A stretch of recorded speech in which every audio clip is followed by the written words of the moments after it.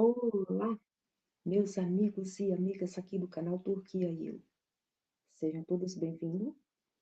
Hoje, nessa live, eu vou estar dando continuidade ao segundo capítulo da história que eu venho narrando sobre a história da vida real.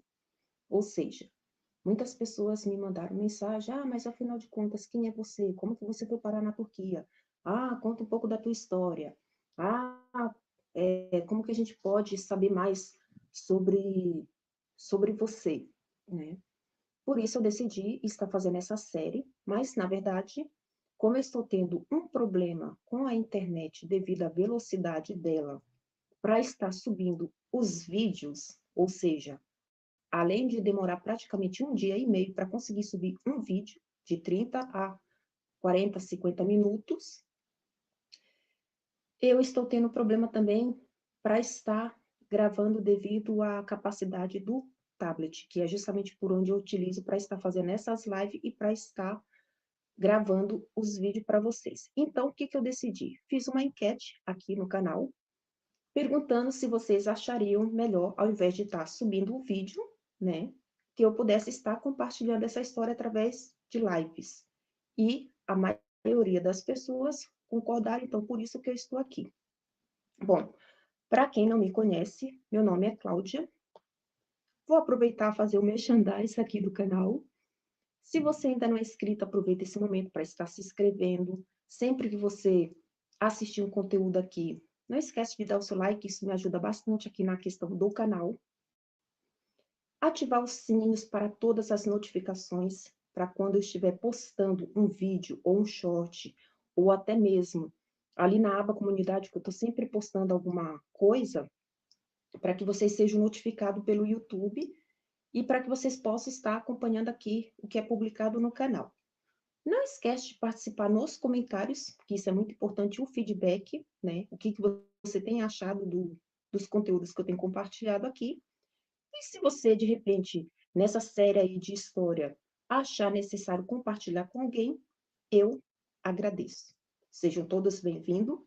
Eu vou estar dando continuidade, esse é o segundo capítulo da história da vida real, né? Eu parei ali na questão da gravidez, eu estou falando aqui, contando a minha história, desde o nascimento, desde a minha infância, história realmente que aconteceu, para que vocês possam realmente conhecer um pouco mais sobre a Cláudia, né?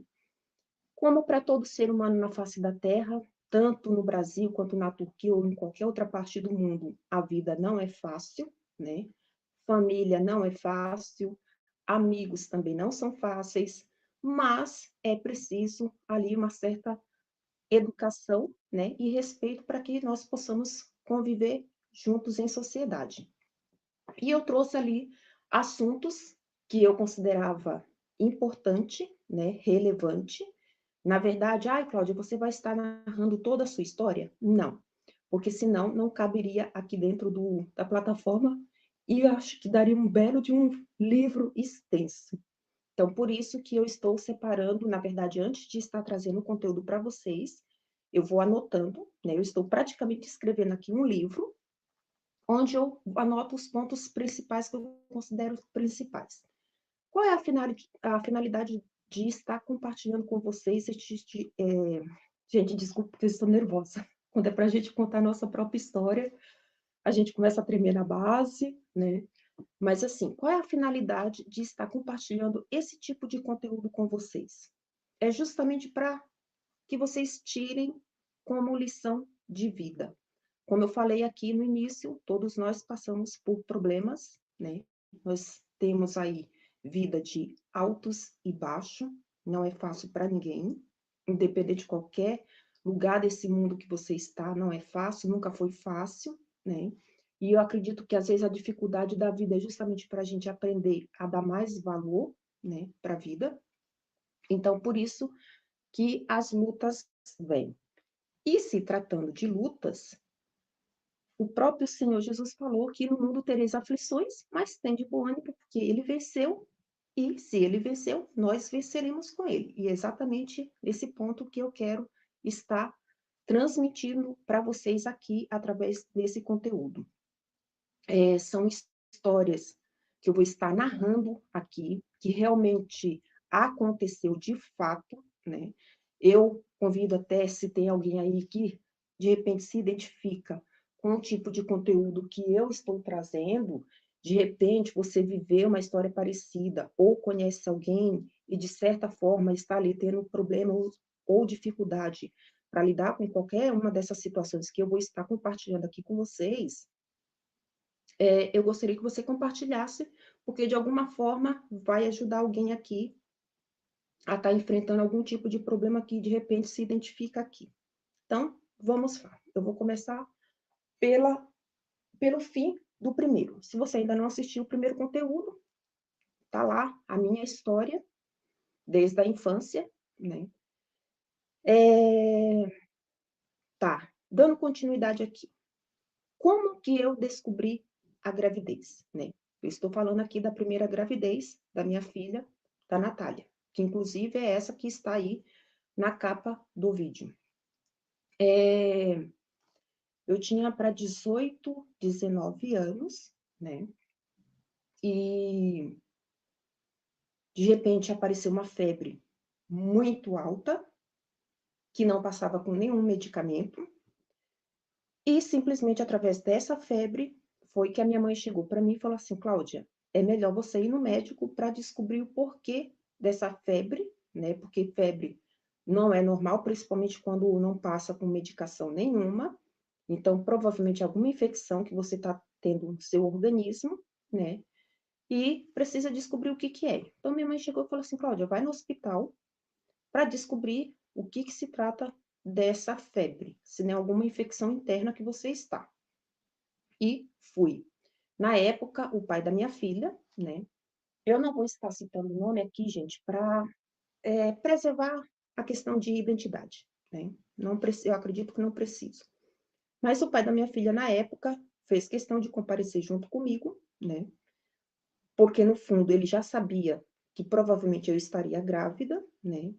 Eu não sei se vocês observaram no vídeo anterior, ele contou uma história para mim, aonde simplesmente ele falou: olha, eu não posso engravidar ninguém, porque simplesmente eu sofri um acidente de bicicleta e o médico falou para mim que eu não poderia engravidar absolutamente ninguém. E a abençoada aqui acreditou na história, né? Porque a gente não dá a oportunidade de conhecer a pessoa como ela realmente é. E eu acreditei. Então, por isso que eu achei, né, descartei que aquela febre estava relacionada à gravidez. Fui até o médico solicitou exames, né, de urina e foi detectado essa infecção, o motivo da febre. Foi detectado que eu estava com uma infecção chamada nefrite. E o que chamou a atenção dele, justamente pelo fato de quem adquire essa infecção urinária são pessoas que geralmente estão grávidas, né? Então, ele chegou para mim e falou assim: Cláudia, eu acho estranho porque essa nefrite, ela geralmente é em gestação, é durante a gestação, e principalmente nos primeiros meses, né, que se adquire. Então, eu vou estar solicitando um exame de sangue porque não tinha constatado ali no exame de urina que eu estava grávida, né? E até quando saiu o resultado que ele pediu junto os exames de urina para comprovar o que que era aquela febre e também a questão da gravidez, quando deu negativo, não saiu no exame de urina, eu fiquei feliz, né? Eu falei assim, bom, pelo menos grávida eu não estou, até porque eu lembrava do que ele tinha me falado desse acidente que ele tinha sofrido, né? E na hora que eu fiquei feliz, ele chegou e falou assim: tá, você tá feliz então porque você não está grávida de mim? E eu falei assim: olha, realmente eu estou feliz porque nesse momento, para mim, uma gravidez não é viável. Nesse momento, uma gravidez para mim atrapalharia todos os meus planos, até porque eu sou jovem demais, né? Também já baseado na história anterior da minha mãe, de ser mãe solteira, né? Também não trabalhava, só dependia da minha mãe para tudo, né? Então não tinha condições realmente naquele momento de arcar com despesas de uma gravidez, e também porque eu estava ainda começando a construir a minha vida, o meu futuro, né? Onde eu estudava, fazia cursos, não trabalhava, né, porque minha mãe sempre achou que o principal na vida do ser humano é o estudo em primeiro lugar. Se tiver um bom estudo, tiver uma boa formação, ele consegue chegar onde ele quer. E foi assim, né, até aquele presente momento. Mas aí o médico chegou e falou assim: "Cláudia, como o exame de urina não é 100%, eu vou estar solicitando um exame de sangue para comprovar se realmente não é gravidez". Aí foi o balde de água fria quando recebi o resultado. Ele falou assim: "Olha, realmente você está grávida", aí em torno de uns 1 mês e meio, 2 meses, e a preocupação maior é justamente com essa infecção, porque ela coloca tua própria vida em risco e a vida da criança, ou seja, você pode estar, eh, tendo um aborto espontâneo, né, devido à infecção, e a gente vai precisar realmente tratar dessa infecção. Porém, você vai precisar ficar internada, mas como o teu plano de saúde é um plano de saúde bom, ele te dá o direito de você, ao invés de ficar internada no hospital, evitando de pegar outras infecções, você pode ficar internada em casa. E aí ele teve que ligar para minha mãe, né, que para nossa surpresa ela também recebeu a notícia de forma bem, digamos, triste, né. E ele falou: "Olha, dona Irene, eu estou ligando porque a sua filha, eh, a gente fez o exame aqui, tudo que foi preciso e foi constatado que ela está com uma infecção urinária chamada nefrite", e a minha mãe sabia do que se tratava, porque ela trabalhava na área de enfermagem, né, e era do próprio hospital onde ela trabalhava também. E ela precisa ficar internada. Só que a questão é que ela não pode ficar internada no hospital, porque pode acontecer dela adquirir outras infecções. Então, ela vai precisar ficar internada em casa. E o plano de saúde dá esse suporte. Então, o que que vai acontecer? Os enfermeiros vão levar a medicação até a sua casa, vão aplicar, né? Eu vou estar acompanhando semanalmente para ver a evolução do tratamento. E já vou deixando bem claro que ela está com uma gravidez de risco, que pode acontecer aí até mesmo de sofrer um aborto. Então, quando eu cheguei em casa, né, recebi aquela chuvarada de repreensões da minha mãe, né, com a notícia que ela recebeu, e comecei o tratamento. Realmente os enfermeiros iam até em casa, levava toda a medicação, só que eles perceberam que não era necessário eles ficarem para fazer a aplicação. Essa medicação é o Cipro 2000. É uma medicação, um antibiótico muito forte que é aplicado direto na veia. Então, por isso até que o médico falou que eu poderia sofrer um aborto espontâneo devido à medicação, devido ao tratamento com um antibiótico muito forte. E aí os enfermeiros falou assim: "Ah, Irene, você também trabalha na área de enfermagem, você também sabe aplicar, o mesmo que nós estamos fazendo aqui o procedimento, você conhece, você sabe, então eu acredito que não há necessidade da gente estar vindo aqui para aplicar a medicação nela. A gente pode deixar a quantidade do antibiótico que é necessário, né, tudo que for necessário, e aí você aplica seguindo aqueles horários que está na receita do médico". E foi exatamente o que aconteceu, minha mãe assumiu a responsabilidade de estar aplicando. Porém, eu já estava nervosa, né, com toda aquela situação, por ter descoberto a gravidez naquele momento, né. Então, para mim, tudo me irritava. E a medicação era aplicada direto na veia. Quando aconteceu de sair da veia, tinha que mudar de braço ou usar o mesmo braço, porém furar em outro lugar na veia. E isso me irritava, porque eu nunca gostei de seringa, nunca gostei de injeção, de fazer exame de sangue, nada disso. E ali eu me irritei e falei assim: "Olha, quer saber de uma coisa? Eu não quero mais essa medicação, não quero mais tomar a medicação". Minha mãe falou assim: "Mas você precisa, porque se você não tomar a medicação, se você não for com o tratamento até o término, você pode morrer e ainda pode perder a criança". Eu falei assim: "Olha, não me interessa mais nada". Mas no momento de raiva, né, a gente acaba falando coisas que depois a gente se arrepende. E aí, minha mãe pegou e falou assim, ela deu um tempo, né, esperou eu me acalmar, ela também se acalmar, depois ela voltou, e aí concluí todo o tratamento. O médico foi, né, examinou e sempre alertando: "Olha, você pode, qualquer sangramento, você me liga para a gente socorrer, porque pode ser que seja um aborto", né. Mas tudo não sai do controle e dos planos de Deus, apesar que nós não entendemos, né? Muitas das vezes, a gente acha que as coisas boas que acontecem vêm da parte de Deus, as coisas ruins, não, né? A gente acha que pelo fato de conhecer Deus ou ter Deus, acha que só vai acontecer coisas boas comigo. Ele nunca vai permitir eu passar por um vale de sombra da morte ou algo parecido. E aí é que está o engano. Em tudo Deus tem um plano, em tudo Deus tem um propósito, né? Por isso que eu estou compartilhando justamente com vocês.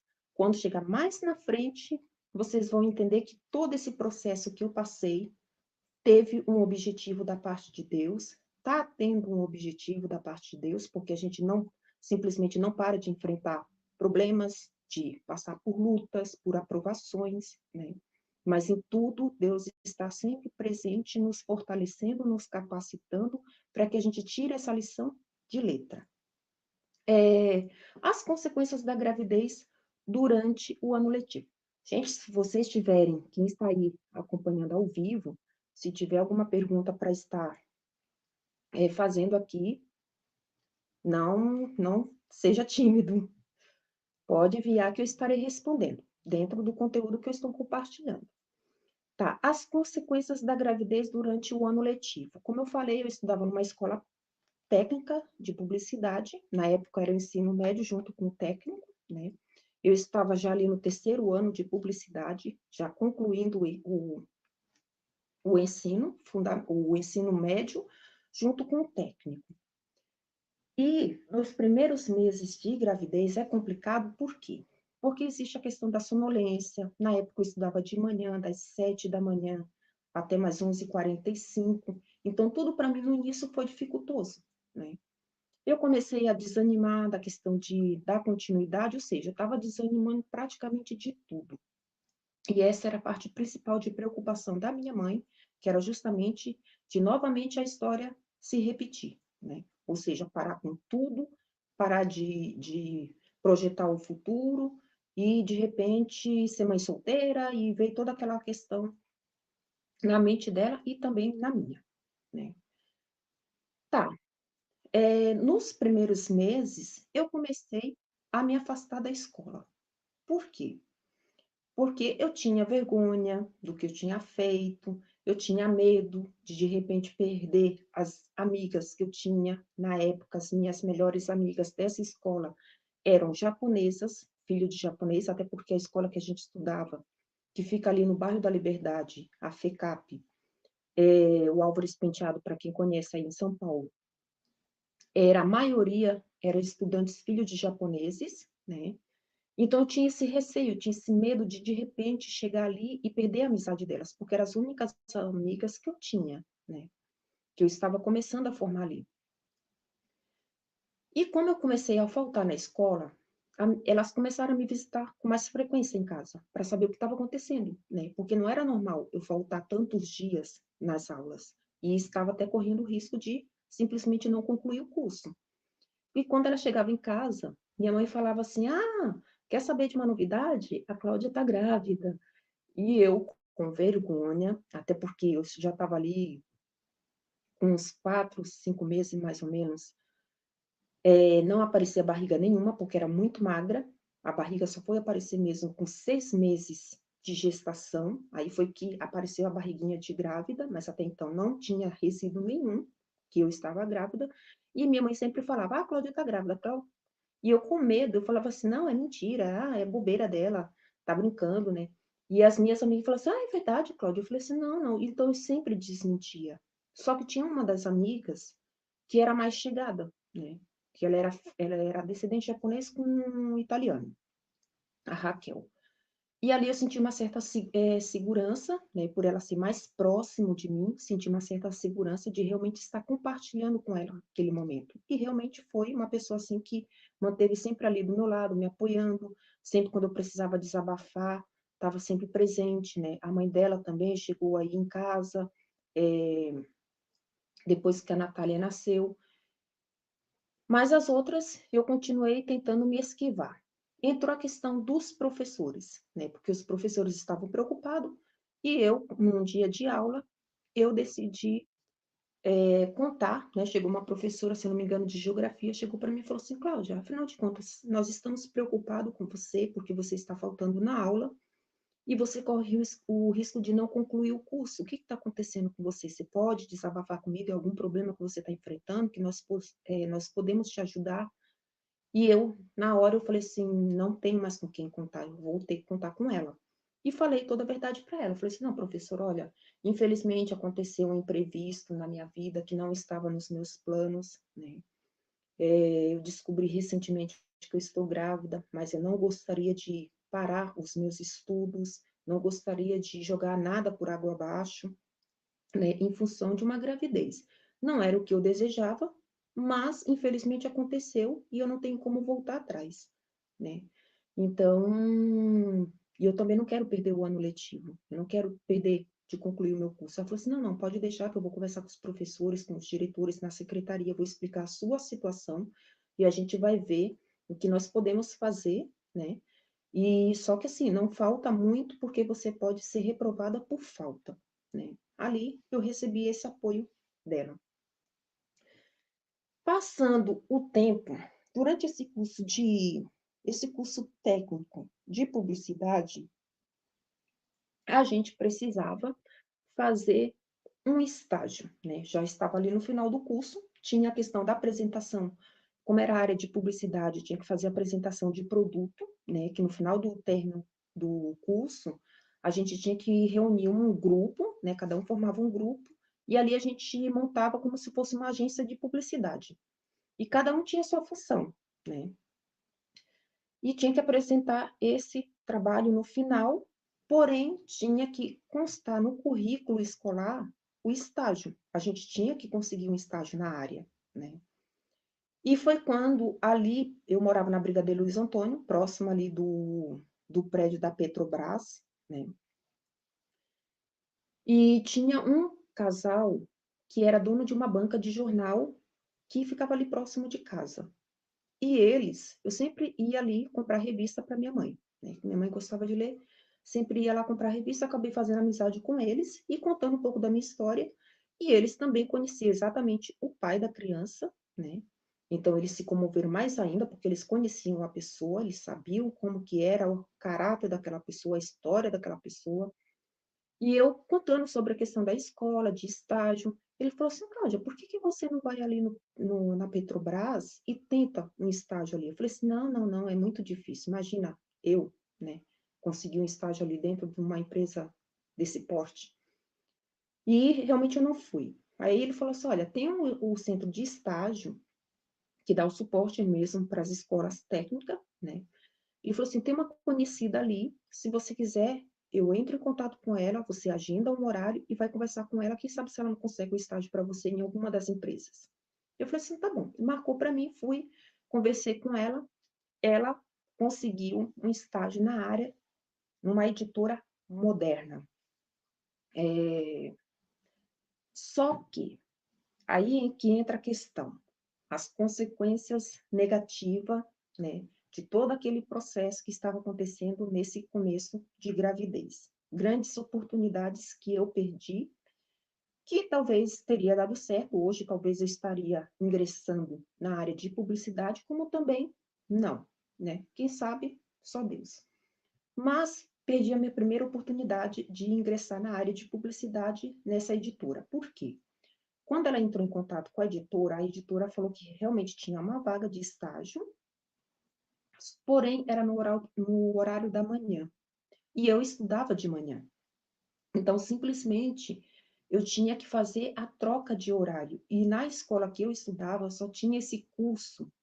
As aulas, na verdade, era só de manhã e à noite, no período da manhã e período da noite. Então, eu teria que mudar para a noite. E de onde eu morava até a escola, dava em torno de uns 20 minutos andando, que eu atravessava ali o viaduto da São Joaquim, né? Ia a pé, porque não haveria necessidade de pegar ônibus. E minha mãe achou muito perigoso. Então, a pessoa responsável pelo estágio chegou e falou assim: olha, Cláudia, tem uma vaga na editora moderna, porém você vai ter que precisar trocar de horário de escola, porque o estágio é pela manhã. Aí eu falei assim: olha, posso te dar a resposta depois? Primeiro eu vou consultar minha mãe. Fui conversar com ela e ela descartou a possibilidade, por quê? Porque essa questão de ir para a escola sozinha, ainda mais já grávida, né? Então, seria muito perigoso eu voltar à noite, já que a aula ia em torno de 10, 10 e meia da noite, para eu voltar sozinha para casa. E minha mãe simplesmente falou assim, não, Cláudia, infelizmente, não tem como você fazer esse estágio, não tem como você mudar de horário. Deixa eu ver aqui, Antônio Eduardo, como estou gostando de ouvi-la. É sempre ouvir os caminhos de superação. Parabéns, Cláudia, muita sorte. Fevereiro estarei de novo na Turquia. Ai, que bênção, Antônio. Seja bem-vindo novamente, amigo, aqui. Prepara aí, porque fevereiro é um dos meses mais frios aqui na Turquia, tá? Então, prepara bastante casaco, é muito frio a temperatura, muito baixa, e também de nevasca, tá? Então, você vai poder aí ter essa oportunidade de estar vendo a, a questão climática aqui, de como que é na Turquia. Mas seja bem-vindo. Então, infelizmente, não teve como eu fazer esse estágio. Daí, ela chegou para mim e falou assim, não, Cláudia, mas vamos fazer o seguinte, eu vou continuar pesquisando, né? Quem sabe se eu consigo em outro horário, se eu conseguir em outro horário que você não precisa trocar de horário de escola, beleza. Eu sei, lembra que estive por aí no começo deste ano? Lembro sim, por isso mesmo que eu estou te falando, seja bem-vindo de novo aqui na Turquia. Lembro sim, Antônio. Então, aí ela falou assim, não, eu vou te ajudar, né? Vou pesquisar, e aí se eu conseguir, eu te falo. Tá, ela conseguiu uma segunda oportunidade de estágio. Na época, era numa empresa que ficava ali próximo do shopping do Tietê, ou seja, muito longe para mim. Eu tinha que pegar de casa, eu tinha que ir até o metrô Liberdade ou o metrô São Joaquim, que era o mais próximo, pegar o metrô até a estação do Rio Tietê, e da estação eu teria que pegar um ônibus para chegar nessa empresa. E o horário era das 4 até as 10 da noite. Ou seja, mais uma vez seria negado pela minha mãe por questão de horário. Por quê? Pela distância, eu teria que sair 10 horas da empresa, provavelmente ia chegar muito tarde em casa, e a questão era justamente a questão da segurança, né? Então, minha mãe, infelizmente, falou assim, não, Cláudia, não tem como. Agora não tem mais o que fazer. Termina o teu curso e deixa para após a gravidez, que aí você vai ter que voltar não só a estudar, a dar continuidade aos teus estudos, como você vai precisar trabalhar para agora aprender a valorizar a vida, né? Porque até então eu só estudava, eu não trabalhava. E foi exatamente o que aconteceu. Perdi essa segunda oportunidade de estágio, concluí o ensino técnico na época, concluí o ensino, porém, incompleto, né?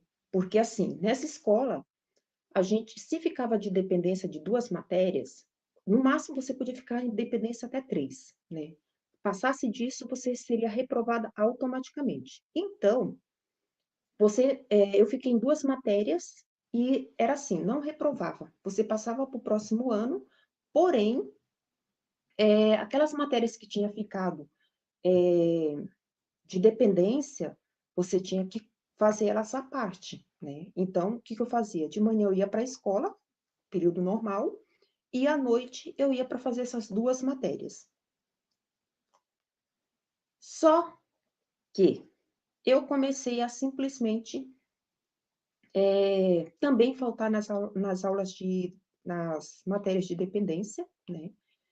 E por causa dessa falta, o que que aconteceu? Chegou o final do ano, constatou ali no meu histórico, concluído o curso técnico completo, né? Técnico de publicidade, porém, no ensino médio, o meu ficou como retida e retida nessas 2 matérias, ou seja, eu não passei, eu não concluí. Então, eu teria que voltar a fazer o ensino médio, né, para poder concluir mesmo, no caso, se eu quisesse fazer uma faculdade. Só que eu deixei por um tempo, até porque em São Paulo, naquele momento, era difícil para eu voltar a estudar, né? Como eu falei, o que a gente já estava imaginando aí que causaria devido à questão da gravidez realmente aconteceu. Eu comecei a abandonar tudo, né? e fui focar só no trabalho, que foi exatamente o que minha mãe falou. Agora você vai ter que trabalhar para poder bancar a tua filha, para poder valorizar, já que até o presente momento você não valorizou nada do que eu fiz, né? Essa era a visão que ela tinha. Na época também, eu fazia curso de inglês, para você ver, gente, que tudo é aprendizado. Se não for, não tem o porquê da gente passar por determinada situação na vida, né? Fazia o curso de inglês, na época era ali na Alameda Lorena, que fica de esquina com a Avenida Paulista, né? Fazia o curso de inglês no IASES de International. Era à noite, eu fazia 2, 3 vezes na semana, né? E estava indo normal. O abençoado, de vez em quando, ele decidia, né, ir me buscar na escola. Então, ele decidia, ligava para mim e falava assim, Cláudia, tal horário eu tô chegando aí. Ele sabia o horário que terminava as aulas, né? Tal horário eu tô chegando aí, já fica pronta na porta para a gente voltar junto para casa. E quando ele chegava ali no estacionamento da escola, eu já estava ali do lado de fora, porque a aula tinha acabado, e eu sempre ficava ali, o tempo até ele chegar, eu ficava conversando com uma pessoa que era responsável pelo estacionamento. E ele começou a não gostar e começou a ficar incomodado. Aí simplesmente ele chegou e falou assim: olha, se toda vez que eu vier aqui te buscar, você estiver conversando com esse rapaz no estacionamento, então eu não venho mais. Ou então você para de fazer o curso. O que a idiota fez? Desculpa a pergunta, mas realmente, gente, o que eu fiz? Parei o curso. Simplesmente joguei para o alto, falei assim, não, não quero nada, fui desanimando para tudo, fui parando todos os meus projetos, né, futuro. Na verdade, tudo que eu tinha dado início, tive que parar realmente, até acabar o período da gravidez. A questão do... Deixa eu ver aqui. Já falei do estágio, né? Eu espero que essa live não fique muito longa como as outras, por isso que eu fiz aqui um cronômetro, colocando por tópicos aqui que eu vou estar falando, né, para eu também não me perder. E se você está gostando, gente, não esquece de deixar o seu like aí, de dar essa força para a amiga de vocês aqui. Se também achar necessário compartilhar, aproveita, compartilha, eu agradeço. Participa nos comentários, assim como o Antônio e o Eduardo está participando, né?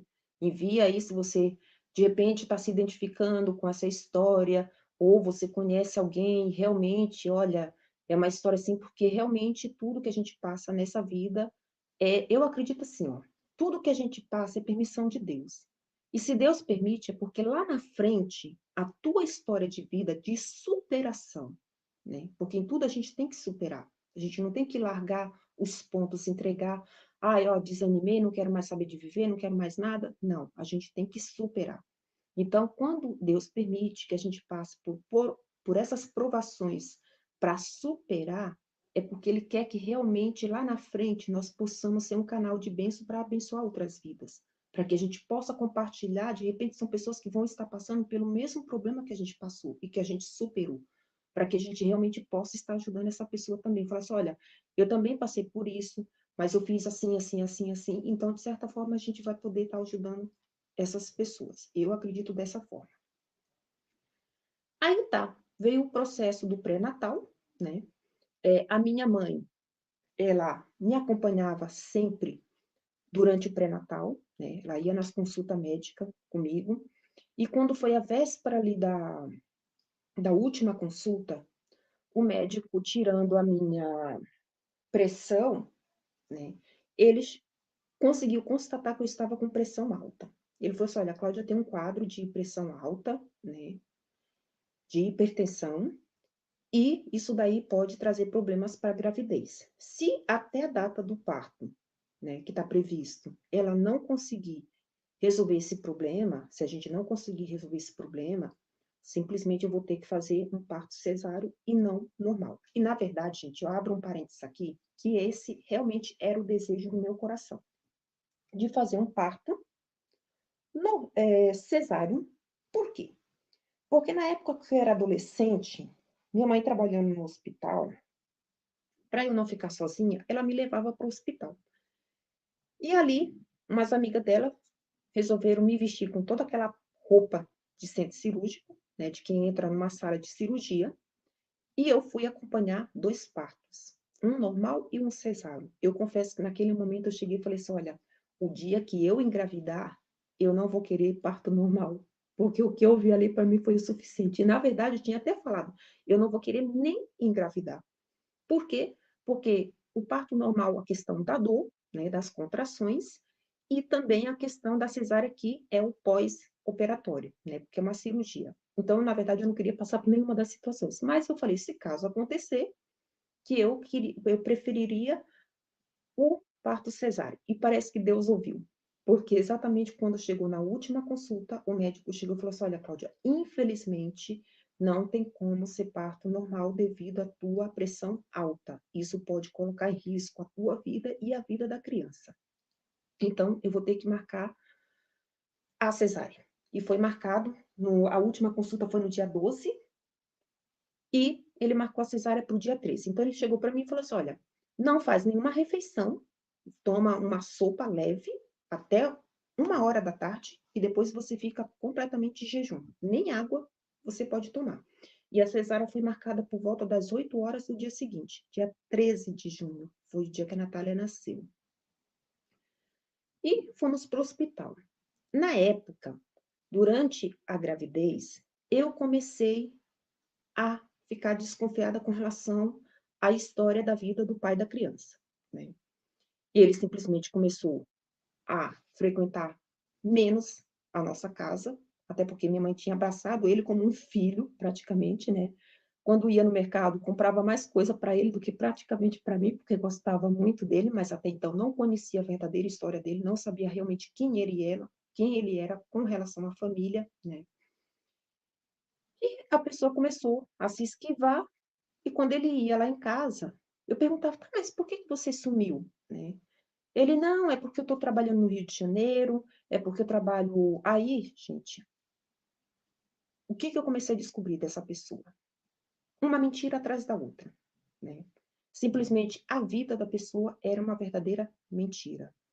E quando eu comecei a descobrir a primeira mentira, foi aí que eu comecei a escavar cada vez mais, né. E a gente sabe que uma mentira sempre vai puxando outra com outra, até você chegar num abismo. E ali eu comecei a desconfiar, falei assim: "Não, eu vou começar a investigar a vida desse cara", porque o meu medo era justamente o quê? De se repetir a história da questão da mãe solteira, né, dele simplesmente sumir do mapa e não assumir o verdadeiro papel de pai, que realmente foi até o que aconteceu. Daí, eu peguei, comecei a entrar em contato, ele começou a me contar: "Não, é porque eu estou trabalhando no Rio de Janeiro, porque eu trabalho em um hotel como gerente, e eu preciso estar mais lá do que aqui", né, na época eu morava em São Paulo, "mas não se preocupa que eu vou estar sempre presente, porém não com tanta frequência". Então isso começou a me chamar a atenção, e eu comecei a pesquisar. Comecei a entrar em contato com os hotéis no Rio de Janeiro que ele me passava o nome. Chegava, ligava ali, a secretária atendia, eu perguntava: "Fulano de tal, trabalha aí?". Ela falou assim: "Não, não tem nenhum funcionário aqui com esse nome". "Não, mas ele é gerente". "Não, não, não. O gerente aqui se chama tal, tal, tal, não tem nenhum funcionário em nenhum setor aqui do hotel com esse nome". E nunca houve. Aí ligava para outro, e foi assim que eu fui descobrindo a mentira. E na verdade, o que que ele queria? Ele, orientado pelos pais, né, principalmente pelo pai adotivo dele, que ele era filho adotivo, que morava ali em São Paulo, o pai dele já orientando ele ali: "Olha, não registra a criança, porque se você registrar, você corre o risco dela de repente colocar na justiça por pensão alimentícia e ganhar, e se você não paga, você vai preso", né. Então simplesmente começou essa questão. Essa luta, né. E ali eu fui desanimando, a minha mãe então, gente, foi assim, uma decepção atrás da outra, né. Até que ela chegou e falou assim: "Olha, Cláudia, é o seguinte, baseado na história dela, né, como eu já contei aqui no vídeo anterior, se você ainda não assistiu, volta lá que você vai entender, baseado na história dela, onde ela assumiu o papel de mãe, pai, de tudo, né, porque ela me bancou sozinha, sem a ajuda do meu pai, ela se viu ali, de repente, a história repetir. Então, ela chegou e falou assim: Cláudia, é o seguinte, se ele não quer fazer o papel de pai, assumir a verdadeira responsabilidade que cabe a ele, sinto muito, mas eu vou ter que proibir ele de se aproximar de você. Eu vou ter que fazer ele manter a distância. E, primeira coisa que ela fez, como ele sabia ali, no dia que eu fiz o exame, que constatou a gravidez, e o médico que tinha atendido tinha dado uma data prevista do parto, então ele pensou, bom, naquela data, né, eu vou no hospital visitar a Cláudia. Só que a data não foi exatamente aquela, né, até porque eu tive que fazer cesárea, faltando ali alguns dias para completar realmente os 9 meses. E minha mãe chegou e deu uma autorização no setor, ela conversou com a supervisora dela, com a chefe dela do setor do centro cirúrgico, do hospital que ela trabalhava, que era justamente aonde eu ia ganhar a Natália, né, aonde ia ser o parto. Ela conversou com a chefe dela e falou assim: olha, é o seguinte, eu não quero que essa pessoa aqui tenha acesso o tempo de internação que a Cláudia estiver aqui no hospital. Pode ser? E a chefe dela, lógico, né, falou: não, tudo bem. E realmente autorizou. Ele não teria acesso nenhum. Por quê? O que que minha mãe teve que fazer? Na época, o plano de saúde que a gente tinha era bom? Era.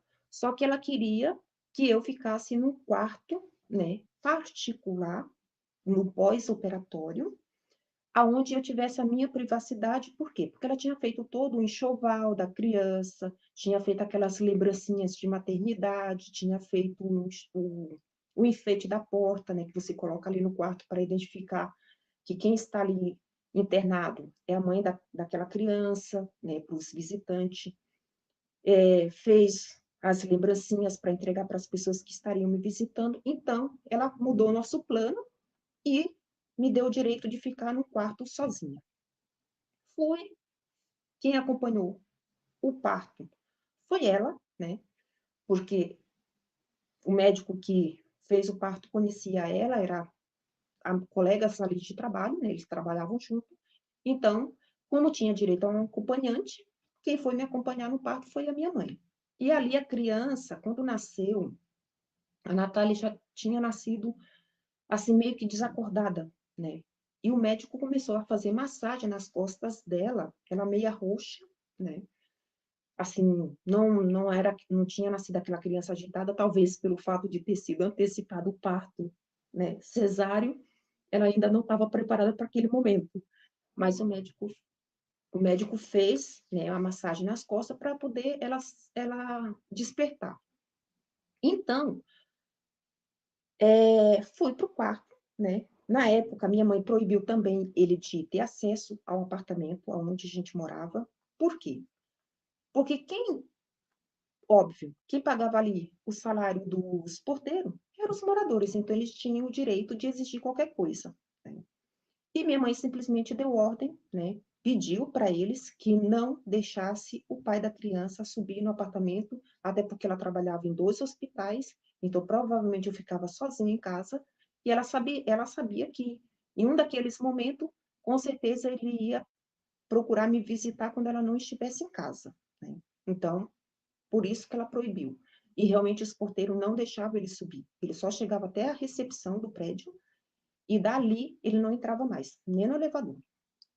E foi assim por um bom tempo. Quando chegou no dia do parto,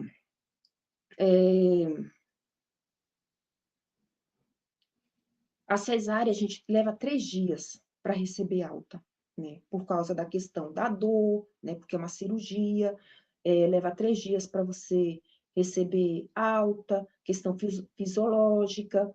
Então, realmente, ele começou a teve o nascimento, né?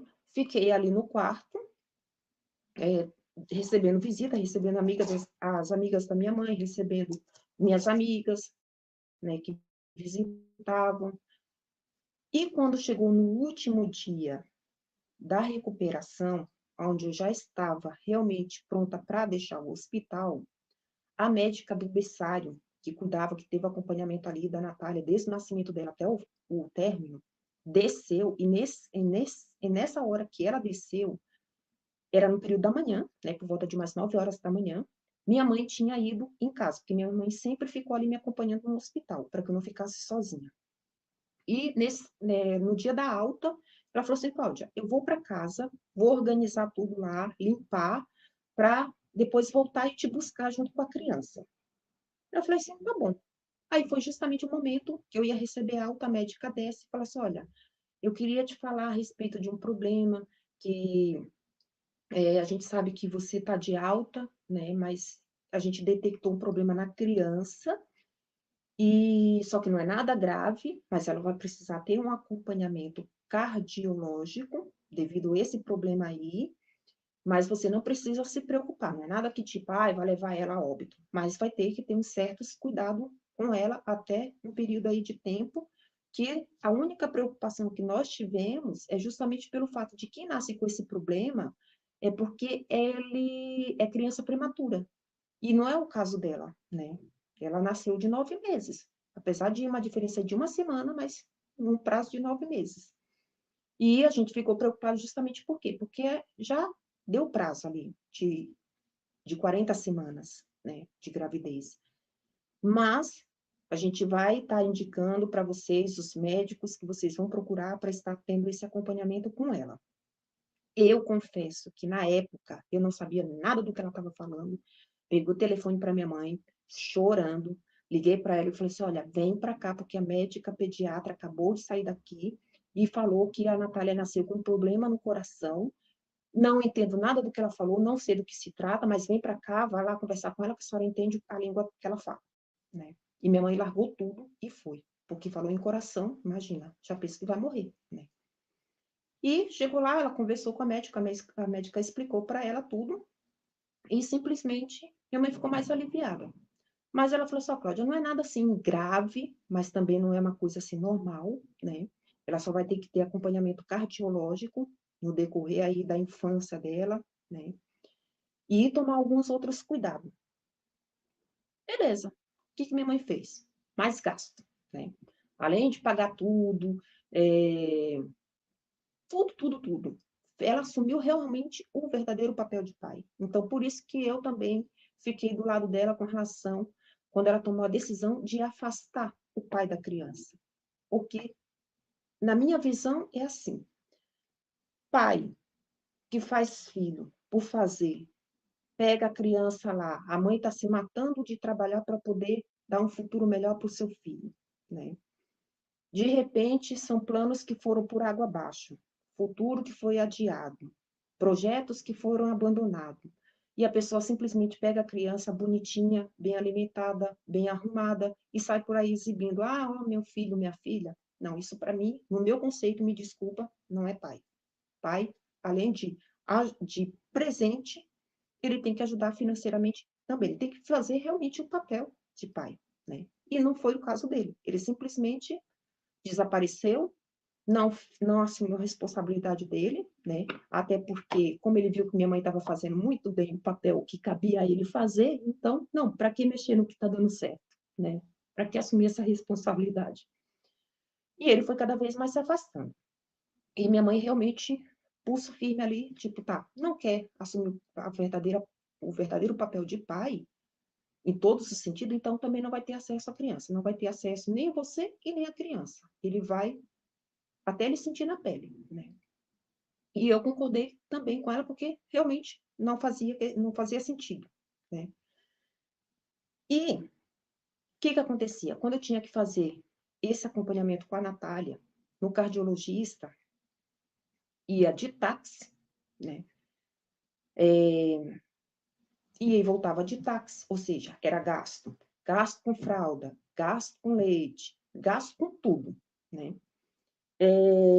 Cardiologista, exame que tinha que fazer eletrocardiograma, eletro não sei das quantas, tudo que era necessário para poder ter aquele acompanhamento médico, né, do problema do coração dela, que é sopro. Se você pesquisar na internet, sopro é o quê? Uma cavidade entre aqui, próxima aqui do coração. Por isso que deixa os médicos em alerta, por se tratar sopro cardiológico, sopro cardíaco, uma coisa assim.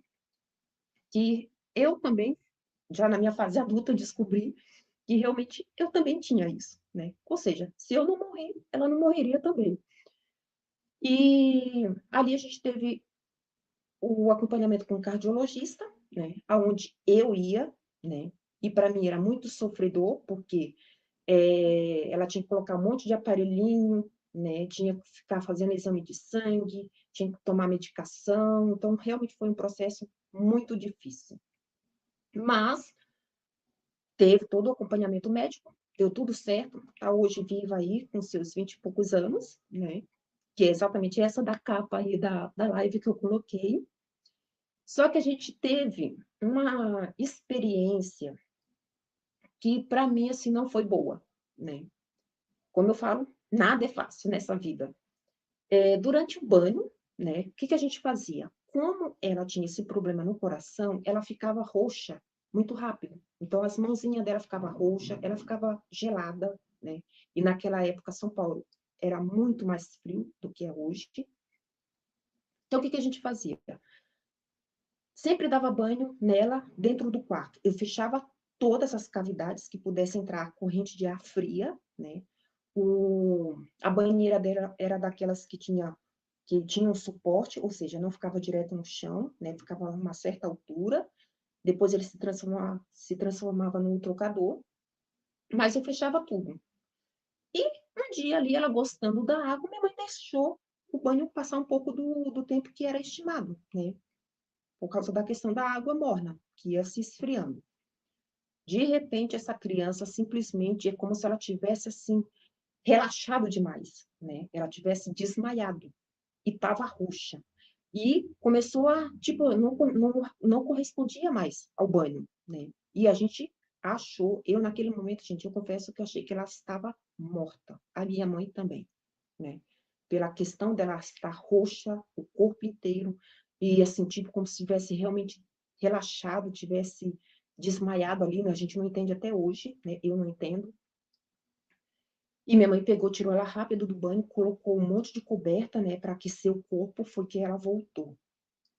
E dali para frente, o banho dela foi questão de segundos para não correr esse risco de novo, né. Então todo cuidado sempre ali com a questão de agasalho, sempre bem agasalhada, sempre, o banho sempre rápido, né. Então todos esses cuidados aí que o médico nos orientou, a gente realmente tomou providências, né, para evitar.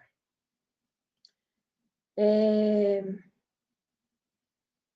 a questão aqui, para finalizar, né, já 1 hora, eu trago as outras questões no próximo capítulo, mas realmente o que que aconteceu? Ele simplesmente não fez o papel que caberia ele fazer, né, simplesmente sumiu. Eu até cheguei a dar uma segunda chance para ele, né, falei assim: "Não, vou dar uma segunda chance, quem sabe essa pessoa melhora", só que não adianta. Eh, Eles começou a se aproximar, né. Como ele sabia que minha mãe era uma pessoa de muito pulso firme, o que ela falava, ela cumpria, então ela chegou e falou assim: "Ó, é o seguinte, se você quer ter contato com tua filha, se você quer realmente manter essa aproximação com ela, você vai ter que fazer realmente o papel de pai. Ou seja, pai não é só vir aqui e visitar, ou sair por aí exibindo como filha. Pai também faz o papel presente, mas também faz o papel financeiro. Então você vai ter que realmente ajudar". Apesar, gente, que na época, graças a Deus, minha mãe ganhava muito bem, porque ela trabalhava em 2 hospitais particular em São Paulo, então a gente tinha uma vida financeira boa. Não precisava, mas ela falou aquilo só para testar, para ver se realmente ele estava ali, ponto firme, com o papel dele, né, era só para testar. E simplesmente o que que ele fazia? "Não, dona Irene, olha, pode deixar, eu vou ajudar com medicação", porque ela precisava tomar medicamento, né, por causa desse problema do coração. Ela tinha refluxo também, esse era um dos problemas que também deixava a gente apavorada, porque ela tudo que ela tomava de leite, ela botava para fora, né. Ela tinha o refluxo, que era justamente por causa desse problema do coração. Então, além desse problema no coração, do sopro, tinha essa questão do refluxo que era constante, né, então ela tinha que tomar medicamentos. E aí minha mãe chegou e falou assim, olha, então faz o papel, né? Não, pode deixar, eu vou ajudar, eu vou comprar remédio, vou mandar tal. Mentira. Simplesmente ele ia, sumia, né, com a desculpa que ia para o Rio de Janeiro trabalhar, e simplesmente não aparecia mais. Por quê? Porque fugia da responsabilidade. Quando se tratava de dinheiro, ele simplesmente desaparecia do mapa. E foi até que a questão, na época, eu queria que ele registrasse a filha, né, para não passar pelo mesmo problema que eu passei. Eu nunca quis que a história se repetisse, né? Como eu sofri bullying, como eu sofri com preconceito da questão de não ter o sobrenome do meu pai, de não ter o nome do meu pai, simplesmente eu não queria que ela passasse por isso também. Então, simplesmente eu corri atrás dele para que ele assumisse esse papel, pelo menos de registrar, não com a intenção de correr atrás futuramente de um advogado e colocar ele na justiça para adquirir pensão alimentícia. Não era essa a nossa intenção. Era simplesmente para constatar o nome dele ali no registro, pai, né? Eu acho isso muito importante. Mas ele simplesmente, orientado pelo padrasto dele, olha, não registra, porque senão você corre o risco dela te colocar na justiça por pensão alimentícia, ganhar a causa, e se você não paga, você vai preso, né? Então, por isso que ele sempre fugiu. Gente, eu fiquei, para finalizar aqui esse capítulo, eu fiquei praticamente 2 anos sem registrar a criança, correndo o tempo todo atrás dele para que ele assumisse esse papel. E sempre falava assim, olha, não precisa você ter medo, porque eu não quero o teu dinheiro, que na verdade ele não tinha nada, como eu deixei bem claro aqui no primeiro capítulo também, não tinha nada, como que eu ia tirar alguma coisa de alguém que não tinha, né? Mas era justamente a questão do registro, para que ela não sofresse lá na frente preconceito.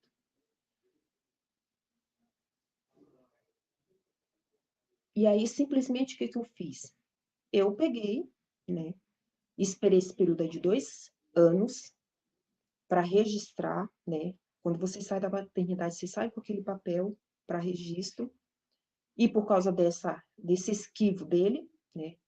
Dele fugindo dessa responsabilidade, eu simplesmente fui adiando, até que minha mãe decidiu voltar para o Maranhão, né? E na época eu não tinha condições de ficar com a Natália em São Paulo, porque o custo de vida sempre em São Paulo, por ser uma metrópole, sempre foi muito caro o custo de vida. Então, eu não tinha realmente condições financeiras de ficar com ela, foi onde simplesmente eu tive que abrir mão dela ficar comigo. Por quê? Ou eu sobrevivia, ou simplesmente morria as duas, né? Eu ia ter que simplesmente deixar de trabalhar para poder cuidar de uma criança, porque o que eu ganhava na época não tinha condições de ficar bancando uma babá, né, para poder trabalhar. Então, realmente foi tudo difícil. E aí, simplesmente, minha mãe bateu o pé e falou assim, não, Cláudia, dessa vez eu vou para o Maranhão, vou voltar para o Maranhão, né? E você vê o que você vai fazer da tua vida. Mas isso é uma coisa que eu vou estar compartilhando no próximo capítulo, porque senão vai ficar muito extenso, né? Mas, realmente, não foi fácil tomar essa decisão de ter que me separar da minha filha. Eu acredito que todos os pais, o desejo que ele tem é justamente de estar próximo dos filhos, né? Mas existem momentos ali que você passa por uma determinada situação de vida, de dificuldade realmente, aonde você tem que fazer uma escolha. E às vezes essa escolha que você precisa fazer, ela é difícil, tanto para você quanto futuramente para aquela criança entender por que que você me deixou, por que que você me abandonou, né? E isso realmente foi uma coisa que trouxe consequências gravíssimas dentro do nosso relacionamento como mãe e filha, que isso mais para frente eu vou estar compartilhando com vocês. Existe a questão aí da reviravolta, né, na vida da minha mãe, de repente ela saiu do ambiente que ela tinha tudo e foi para um ambiente onde ela praticamente perdeu tudo.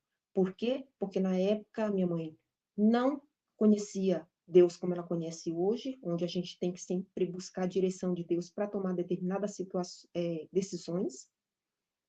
porque é ele que sabe do futuro, né? E naquela época ela não tinha essa sabedoria, não tinha esse entendimento, simplesmente ela decidiu, vou, e foi, e aconteceu o que eu vou estar compartilhando com vocês mais para frente, ok? Gente, eu agradeço vocês por ter ficado até esse presente momento aqui. Eu coloquei aqui praticamente, eu falei tudo, são várias páginas aqui, já está dando quase um livro realmente aqui a história. Eu vou estar trazendo para vocês no próximo capítulo o meu primeiro emprego, né? Que, como a minha mãe falou, Cláudia, agora você vai ter que trabalhar, né? Você vai ter que dar valor, aprender a dar valor à vida, né? Porque tudo vinha de mão beijada, então eu não valorizei praticamente nada do que ela estava fazendo por mim. E aí foi onde eu dei início, né? Mas eu vou estar compartilhando com vocês no próximo capítulo, como que foi meu primeiro emprego, as consequências ainda do bullying que eu sofri, porque realmente isso foi uma consequência muito grave na minha vida, até uma fase adulta, até um determinado momento da minha vida, me prejudicou muito, né? Então, eu vou estar compartilhando isso com vocês. E, se você gostou, não esquece de deixar o seu like aqui. Isso ajuda bastante, gente. Por incrível que pareça. O like de vocês ajuda aqui na plataforma, porque aí o YouTube ele vai cada vez mais estar divulgando o conteúdo, né?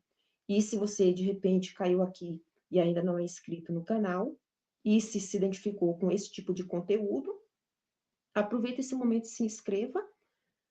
Compartilha com alguém que, de repente, você acha que vai ser ajudado de certa forma com o que eu estou compartilhando aqui, né? Participa nos comentários e eu espero você no próximo capítulo dessa história da vida real. Vou ficando por aqui. Beijo no coração de vocês e fui!